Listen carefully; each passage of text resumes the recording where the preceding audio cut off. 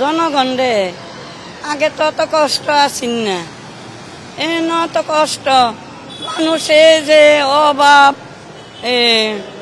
এ কারণ যাতায়াত চলাচলতি সব কিছু গরিবের কি উপায়? গরিব মানুষের তো কোনো উপায় নাই। এটা ওটা নানান ধরনের দাবি দফা নিয়ে নানা সাধারণ পাবলিকের যে দুর্ভোগ ভাই, এই দুর্ভোগের কথা আর কি বলবো ভাই।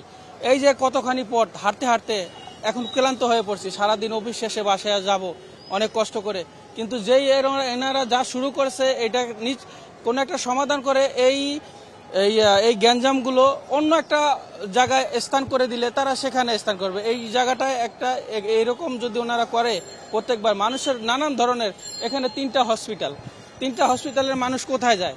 এই রাস্তাঘাটের গ্যাঞ্জামের জন্য নানান ধরনের রুগীরাও আসতে পারে না। জি, সড়ক অবরোধের কারণে নানান ধরনের রুগীদের হেসাল হতে হয়, অনেক কষ্ট। একটা রুগী নিয়ে যদি মানুষ ঠিকমতো সেবা যদি না নিতে পারে তো সেই সরকারই কি করবে, আর সাধারণ পাবলিকের তো জীবনটা এমনি হয়ে গেল। RICL TMX, যুগের পর যুগ স্থাপনা থাকে মজবুত।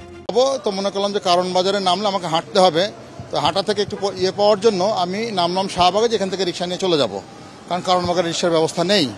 কিন্তু এখন শাহবাগে নেমে আরেক ভোগান্তিতে পড়লাম, এখন তার থেকে আরো 3 গুণ বেশি রাস্তা আমাকে হাঁটতে হবে।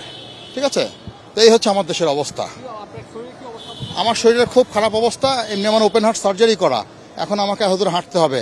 আমি জানি না কারা আন্দোলন করছে, কিসের জন্য আন্দোলন করছে, কিন্তু আন্দোলন হবে আর একটা রাষ্ট্রের বিরুদ্ধে, সেখানে গিয়ে এরকম স্ট্রাইক হবে। আমি নিজে দেশের বিরুদ্ধে আরেকজনের সাথে করবো, তো সারা জীবনই লেগে রয়েছে আমাদের। তাহলে কি আমরা পরিত্রাণ পাবো না কখনো? এভাবেই থেকে যাব? তাহলে কি স্বাধীনতা পেলাম আমরা? কি করলাম আমরা? এই করে যাবে রাখছি। অনেক মিসআন্ডারস্ট্যান্ডিং আছে, যারা মনে করছে যে আমরা এটা স্বাধীন করে ফেলেছি, হ্যাঁ, তারাই কতটুকু করেছে বা তাদের সাথে আর কেউ ছিল কিনা পেছনে, সেগুলো এককভাবে কেউ নিতে যাচ্ছে। আবার মনে করেন যে কেউ কাজ করেনি, সেও বলছে না আমিও ছিলাম এর মধ্যে।